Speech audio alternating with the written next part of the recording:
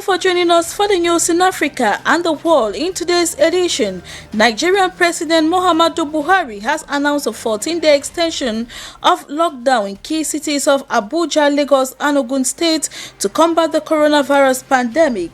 Mr. Buhari said it was crucial to extend the lockdown due to an alarming increase in positive cases in a number of states. The initial lockdown began on March 30.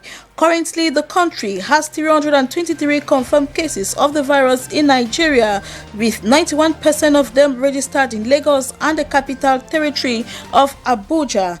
10 people are said to have died at the delivery of this report, as the president says it is a matter of life or death, urging her citizens to stay at home.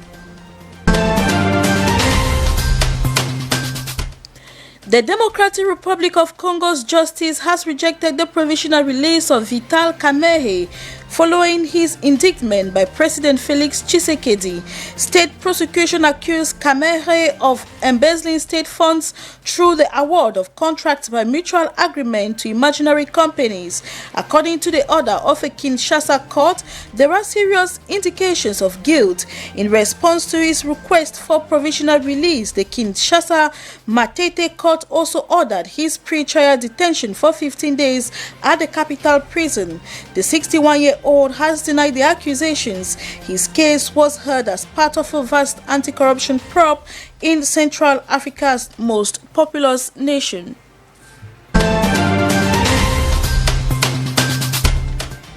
In Libya, the UN-recognized government of national accord announced it has regained control of 3 cities of west of the capital Tripoli from militia loyal to warlord Khalifa Haftar. The spokesman of the GNA forces added they were after the remnants of the fleeing members of the militia and were continuing their progress as part of Operation Peace Storm.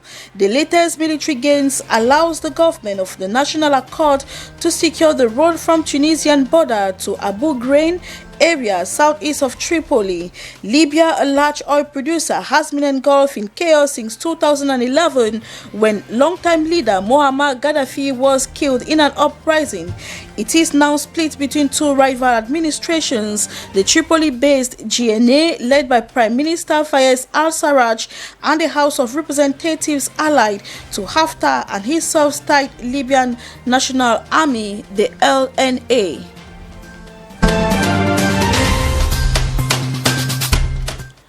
Over to France, President Emmanuel Macron on Monday extended France's lockdown until May 11, adding that progress had been made but the battle is not yet won against the deadly coronavirus pandemic. Acknowledging his country had not been sufficiently prepared early to face the challenges posed by the outbreak of the new coronavirus, Mr. Macron said the unprecedented restrictions put in place were showing results. He vowed that by May 11, the authorities will be ready to test and quarantine anyone with symptoms and that general public masks will be available for all.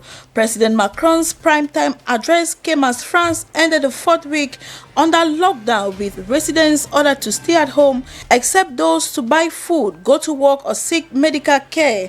Authorities have reported over 98,000 confirmed infections in nearly 15,000 deaths.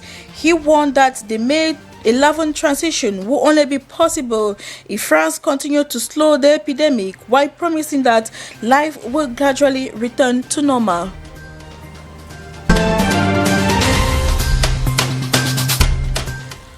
Under strong international pressure, China has said there was no discrimination against African brothers in the country and rejected U.S. accusation of mistreatment of Africans in Guangzhou as an attempt to harm Beijing's relations with African nations.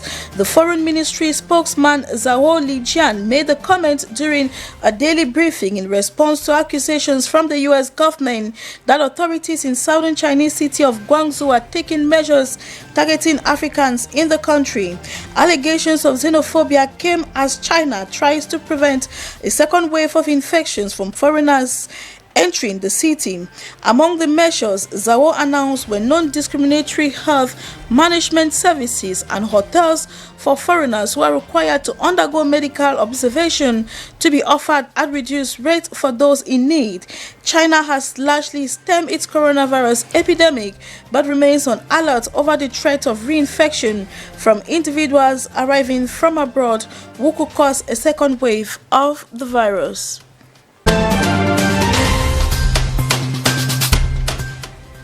Israel's Parliament Speaker Benny Gantz has been given 48 hours this Tuesday to reach a deal on an emergency unity government with his former election rival, Prime Minister Benjamin Netanyahu. The narrow negotiation window has approved by President Reuven Rivlin minutes after Gantz's 4-week mandate to form a government expired.